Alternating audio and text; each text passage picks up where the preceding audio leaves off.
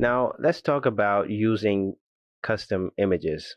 And it is very straightforward, but one thing that I need to mention is that if you look at this image, you have this 1x, 2x, and 3x.